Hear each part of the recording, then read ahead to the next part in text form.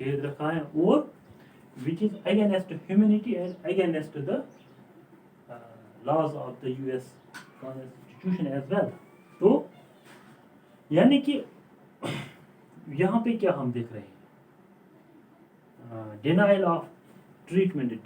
of treatment to the prisoners as per international treaties. یعنی جو international treaties ہیں کہ پرزنرس آف وار جو بھی ہیں ان کے ساتھ کس طرح سلوک کیا جائے کیونکہ ان کے رائٹس ہیں اور کسی کو بھی اریسٹ ود آؤٹ انفارمیشن اور نہیں ہونا چاہیے اریسٹ نہیں ہونا چاہیے اور اگر اریسٹ کوئی ہوا بھی تو اس کا جو انفارمیشن ہے وہ سامنے آنا چاہیے. تو یہ کچھ ٹریٹیز ہیں انٹرنیشنل ٹریٹیز لیکن ان ٹریٹیز کو بالائی طاق رکھ کر یو ایس نیوی نے وہاں پہ بہت ظلم کیا پرزنرس کے ساتھ. ٹھیک نمبر 1 یہاں پہ ہم کیا دیکھتے ہیں ڈینائل آف رائٹس یعنی لائف ود آؤٹ رائٹس.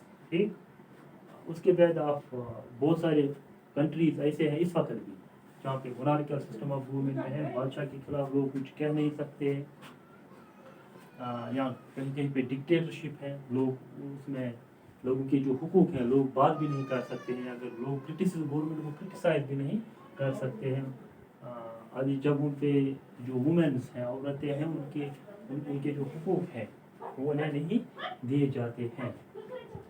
اسی طرح ایک اور یہ لائیو ایگزامپل میں دے رہا ہوں کہ کیا ہو رہا ہے پوری دنیا میں رائٹس کی جو ہم بات کر رہے ہیں رائٹس کے ساتھ کیا ہو رہا ہے کیونکہ انسان جو ہے بیکاز آف بینگ ہیومن یہ ایک انسان ہونے کے ناطے اس کے کچھ حقوق ہیں جو رائٹس ہیں اس میں قدرتی طور پہ اس کو رائٹس ہیں جس نے بنایا اللہ نے بنایا انسان کو تو اس کو حقوق بھی دیے اور اسی پس منظر میں جو رائٹس ہیں یہ انسان کے لیے ضروری ہیں. These are some rights are natural کہ وہ بھی یہاں پہ ڈینائی ہو رہے ہیں اور لوگوں کو یہ rights are denied to people. تو یہ کچھ ایگزامپلز میں نے آپ کو ایک اور ایگزامپل دیتا ہوں کوسوو کی. کوسوو یہ جو یوگوسلاویا ہے کنٹری یوگوسلاویا وہاں پہ ایک ٹاؤن یا شہر ہم کہیں گے ایک شہر ہے کوسوو. تو وہاں پہ جو اتنک میجارٹی ہے وہ ہے البانینس یعنی in Kosovo there are Albanian ethnic Albanians and the entire country in the entire country there are Serbs are in majority. تو ایک narrow minded nationalist leader he was hostile towards these ethnic Albanians towards Kosovo.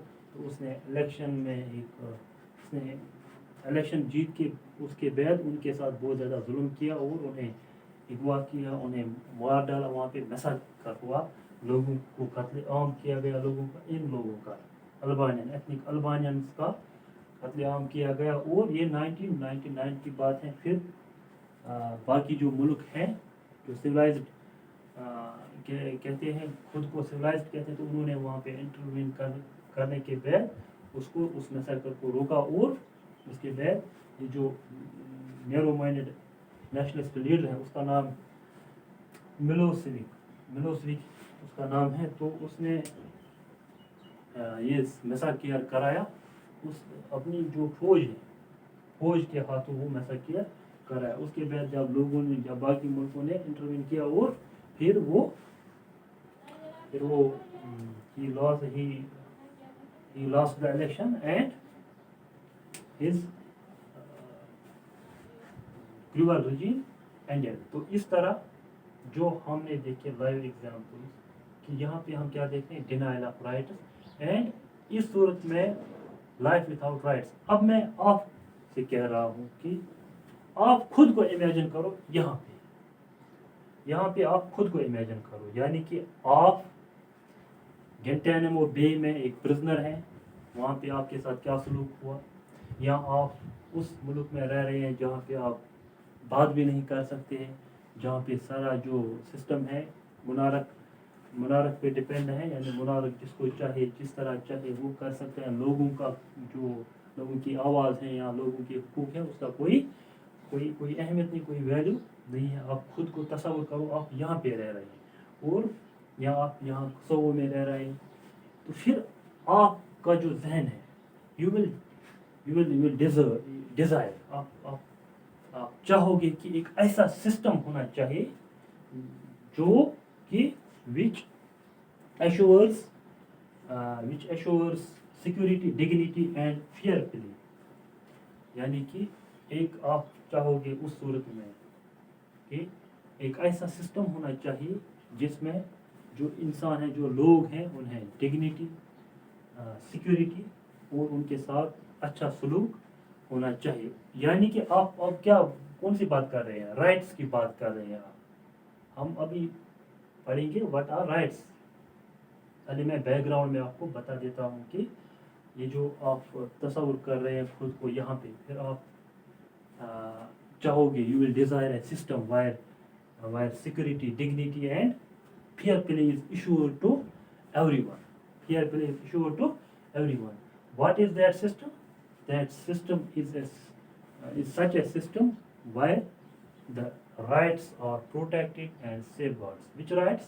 Rights of the citizens. Rights of the citizens. Rights of people. Rights of people. لہذا اب یہ rights کیا ہوتے ہیں؟ What are these rights? یہ ہم next lecture میں پڑھیں گے. Thank you very much.